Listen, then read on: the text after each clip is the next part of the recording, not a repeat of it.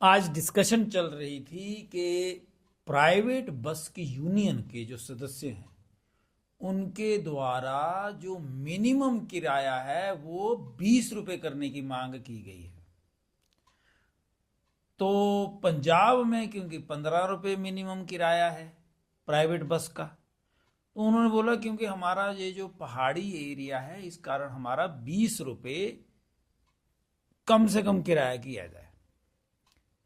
अब कई लोग जो साधारण लोग हैं जिनके पास सोर्स ऑफ इनकम सीमित हैं और जो बेचारे 2 किलोमीटर या 3 किलोमीटर जाते हैं, सफ़र करते हैं कोई दिहाड़ी लगाने के लिए या किसी फैक्ट्री में कोई जाता है, तो उनके लिए ये आने वाले दिन और ज़्यादा कठिन होंगे। उसका कारण सुन लीजिए।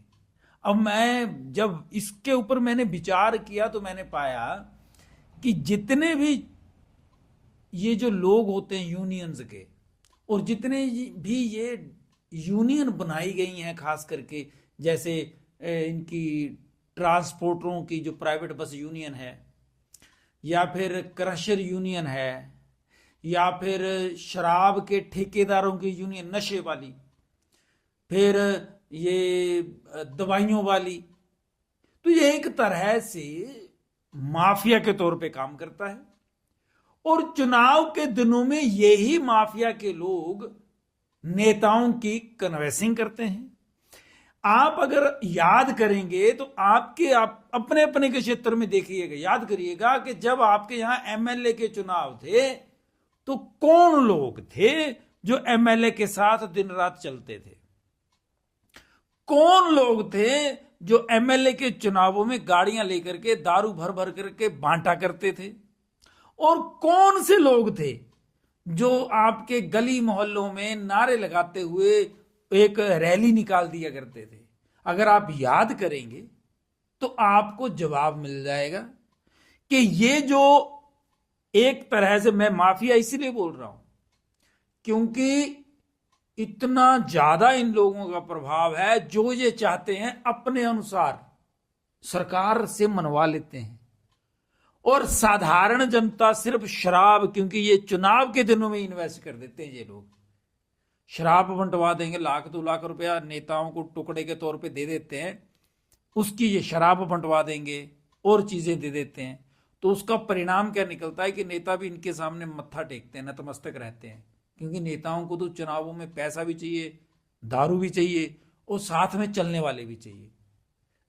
अब जनता, साधारण जनता के पास तो टाइम नहीं होता, आपके पास टाइम नहीं, मेरे पास टाइम नहीं होता। अगर हम लोग इनके पीछे जाएंगे तो हम लोगों की अपना घर का सारा ताम झाम चरमरा जाएगा, हमारा तो सिस्टम खत्म हो जाएगा।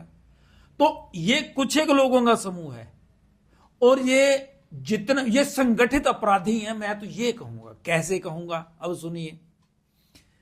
एचआरटीसी के लोकल कितने रूट चलते हैं आपके क्षेत्र में? हमारे के क्षेत्र में 4 या 5 चलते हैं। ऐसे रूट्स जो भर भर के चला करते थे, उन रूट्स पे प्राइवेट बसें इन लोगों ने चलवाई। सरकारों के जो एमएलए हैं या मंत्री हैं, इनके साथ मिलकर के प्राइवेट बस ऑपरेटर्स ने। अब उसमें देखिए, उसमें ये किसी तरह की ये रियायत किसी को देते नहीं, देंगे भी क्यों, प्राइवेट बस सर्विस है। लेकिन एचआरटीसी जब चलती थी तो महिलाओं को तो रिबेट मिलता था 50%। जो बच्चे स्कूल जाते हैं या कॉलेज जाते हैं, या कॉलेज से आते हैं, तो उनके लिए भी तो बस पास की सुविधा हो जाती है, और बड़े सारे फायदे हो जाते हैं एचआरटीसी के। और बड़ी बात, जो एचआरटीसी में एम्प्लॉयज हैं उनकी नौकरी पक्की है, सैलरी अच्छी मिल जाती है। प्राइवेट बस ऑपरेटरों में ड्राइवर्स को कितनी सैलरी मिलती है, कंडक्टरों को बेचारों को, उनका तो शोषण है। तो अगर सरकारी परिवहन विभाग जिंदा रहेगा तो हमारे समाज को ज्यादा फायदा है। अच्छा, सिर्फ वही नहीं, जब छुट्टी होती है, कोई भी छुट्टी हो जाए, संडे को ये देख लेना प्राइवेट बस ऑपरेटर्स बड़ी कम बस चलाते हैं। अच्छा, उन्हीं के तर्ज पे पहले एचआरटीसी की बसें चला करती थी। अब क्योंकि प्राइवेट बस वालों को प्रॉफिट देना है, फायदा देना है, तो अगर छुट्टी हो तो छुट्टी वाले दिन एचआरटीसी बस नहीं चलाते, वो ड्राइवर्स को मना कर देते हैं कि घाटा हो जाता है, आप मत चलाओ। उसी समय पे दूसरी एचआरटीसी मतलब प्राइवेट बस चलती है। ठीक वैसे ही जब नशा की बात करते हैं, लेकिन ठेके सरकार सर्टिफाइड नशेड़ी, मतलब एक क्राइम को सर्टिफिकेट दे देती है कि तुम क्राइम कर सकते हो, नशा तुम बांट दो, ठेका हमारे से परमिशन लेकर के खोल लो, तब वो नशा अच्छा है। अगर सरकार लिख करके दे देती है कि ये नशा अच्छा है तो ठीक है। और ऐसा ही मुझे तो ये भी लगता है कि ये जो चिट्टा पूरे पूरे भारत में फैल गया, कहीं ना कहीं आप देखिएगा ये सब नेताओं की चाल है। नेता इनके साथ 100% जुड़े हुए हैं, किसी भी पार्टी के हो।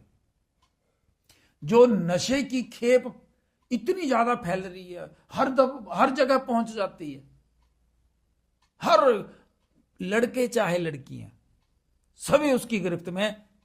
कारण सरकारें जो बनती हैं वो ज्यादातर ये जो माफिया है उसके पैसे के दम पे ये एमएलए जीत जाते हैं। आप लोग जनता ध्यान नहीं दे पाती।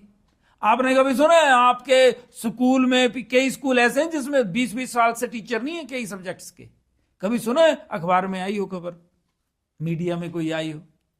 नहीं आई ना। क्यों नहीं आई? क्योंकि या तो एक तो किसी ने बोला भी नहीं, दूसरा मीडिया इन चीजों की तरफ क्यों ध्यान देगा? मीडिया को तो उसी खबर को छापना है जो बंदा अपना फोटो लगवा करके 5-10-20 हजार की और बधाई वाली एडवर्टाइजमेंट देता है, उनको पैसे देगा। तो आपकी खबर क्यों लगेगी उसमें? आप कोई बात कोई क्यों रखेगा? और बड़ी बात है, कभी कोई नेता बोलता है आपके बच्चों के बारे में? कभी आपके बच्चों में आपने भी तो नहीं बोला ना। ज्यादातर लोग तो स्कूल मांगते हैं, कॉलेज, उसमें टीचर कौन देगा भैया? हम ये भी पढ़ा देंगे, ये सब्जेक्ट, ये विषय। बच्चों को अध्यापक चाहिए, आप अध्यापक दे रहे हैं? सबसे बड़ा काम होता है प्राइमरी की एजुकेशन। अगर बच्चे का बेस अच्छा हो जाए तो आपका बच्चा जीवन में कुछ भी कर लेगा। लेकिन आपके बच्चों का बेड़ा करके कर दिया जाता है, प्राइमरी में टीचर नहीं दिए जाते। हाँ, ऐसा भी है कि जहां कुछ एक टीचर हैं वो अपना काम नहीं करते ईमानदारी से, ये भी एक सच है। उसका कारण क्या है कि जो कामचोर टीचर हैं वो तो ज्यादातर नेतागिरी, नेताओं के चक्कर में रहते हैं। वो इनके पीछे पीछे पीछे कुछ एक होते हैं, ज्यादा नहीं, कुछ एक, उसकी ट्रांसफर वहां, उसकी ट्रांसफर वहां, काम नहीं करना। क्यों? कामचोर हैं, उनको ये अच्छा नहीं लगता, उनको नेतागिरी अच्छी लगती थी, तो वो इनके पीछे हो लेते हैं। और उसका दुष्परिणाम क्या निकलता है? अध्यापकों की भी इज्जत कम हो जाती है, बच्चों का तो भविष्य खत्म हो ही जाता है। अब हमारा जो भी समाज है, ये बेस है हमारे बच्चों की शिक्षा। और सरकारों का और हमारे नेताओं का सबसे बड़ा ध्यान क्या है कि समाज को शिक्षित ना होने दिया जाए। ये संगठित क्राइम है, संगठित क्रिमिनल्स हैं। ये कड़वे शब्द है लेकिन सच है। यूट्यूब चैनल पे बोल रहे हैं हम लोग, क्यों बोल रहे हैं? क्योंकि मीडिया में हमारी तुम्हारी कौन सुन रहा है? कौन बातें हमारी बोलेगा, छापेगा या लिखेगा? बताइए। हम लोगों को अपनी आवाज स्वयं बनना पड़ेगा। आप अपने बच्चों के भविष्य के बारे में सोचिए। कई लोग बोलते हैं हम तो फौरन भेज देंगे। भाई साहब, फौरन का आपको अभी आपकी अखबारों में सच नहीं छापते फौरन का। फौरन में कितना प्लान्ड क्राइम है, वहां पे कितनी प्लान्ड ये नशे की तस्करी होती है, और इतना बड़े बुरे तरीके से नशा फैला हुआ है वहां पे। वहां की सरकारों ने लीगली कर दिया। जैसे हमारे यहाँ शराब है, वहां पे नशा लीगल है, क्योंकि टैक्स पैसा दे तो वो भी बोलते। हमारे आपके लिए थोड़ी काम करते हैं। वहां के भी एमएलए एमपी ऐसे ही हैं जैसे हमारे हैं, चोर। तो सोचेगा कौन? जनता।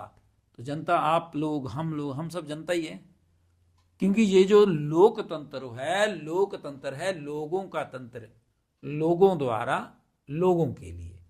तो लोगों को ही तो जानना पड़ेगा ना, जागना भी पड़ेगा। तो स्वावलंबी बनिए, अपने बच्चों के फायदे के लिए संगठित होइए। आप देखो ना, छोटी छोटी यूनियन बनाते हैं, फिर सरकार के जो एमएलए हैं इनकी कन्वेंसिंग कर देंगे, फिर उसके बाद शिमला में हम लोग नारे लगा देंगे जी, फिर हमारे अकॉर्डिंगली काम करो। और इतनी जनता जिनकी वोटें डली, उनके बारे में कोई नहीं बात करता। क्यों? आपका कोई नेता नहीं आपकी बात करता, आपके बच्चों की बात करता। क्यों नहीं करता? क्योंकि आप लोग इकट्ठे नहीं है। जनता इकट्ठी थोड़ी होती है। जनता तो धर्म के नाम पे, जाति के नाम पे बंट जाती है ना, और बांटी जाती है। क्यों? क्योंकि वोट लेने के बाद उनका काम थोड़ी करना है। उनको तो जाति का झंडा दे दो, धर्म का झंडा दे दो, बस फिर बैठे रहेंगे वो। काम किनका होगा? माफिया का। कोई भी माफिया हो, आप देख लो, नदियों में खनन होता है, सरकार बोलती है अगर हमने बोल दिया तुम्हें खनन करने के लिए, तब वो खनन वैध है। अगर तुम हमें पैसे दिए बिना खनन करोगे तो अवैध है, उससे पर्यावरण को नुकसान होता है। ये हमने ऐसे ये सिस्टम बना दिया उन्होंने कि हम अपने ही क्षेत्र में, अगर हमारी भी स्वां में ये नदी है, हमारी स्वां में, या फिर कोई खड्ड हो उसमें मेरी भी जमीन है, तो मैं उसमें से ट्राली बजरे की या रेत की नहीं ला सकता। क्यों? वो अवैध है। वैध कब होगा? जब हम पैसे दे देंगे। ये संगठित क्रिमिनल्स हैं, बड़ा ध्यान दीजिए। अगर आप लोग ध्यान नहीं देंगे, आपके बच्चों का जीना हराम हो जाएगा। ये इतना ज्यादा संगठित क्षेत्र है और इतना ज्यादा हमारे समाज के साथ, हमारे पर्यावरण के साथ, हमारे बच्चों के भविष्य के साथ खिलवाड़ हो रहा है। बड़े कठोर शब्दों का प्रयोग कर रहा हूं, लेकिन सच यही है। कोशिश यही है मेरी कि आप लोग सारे जागृत हो जाएं। कोशिश मेरी यही है कि आप अपनी आवाज स्वयं बने, आप किसी के चक्कर में ना रहें।